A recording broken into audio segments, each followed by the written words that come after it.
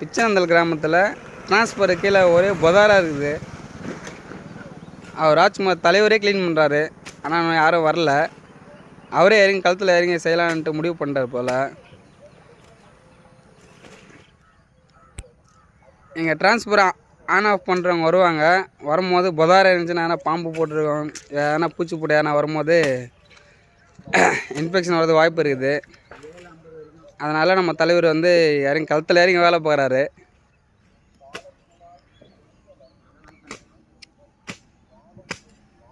அந்த பொங்கு மரத்தை கொஞ்சம் எட்டுனே எங்காரியா அந்த சைடில் இப்படி தங்குது இல்லை அது இந்த இடத்த க்ளீன் பண்ணிட்டேன்.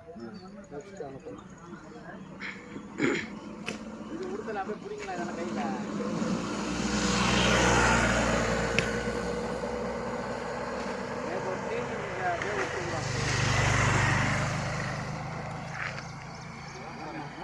அதையும் போட்டுரு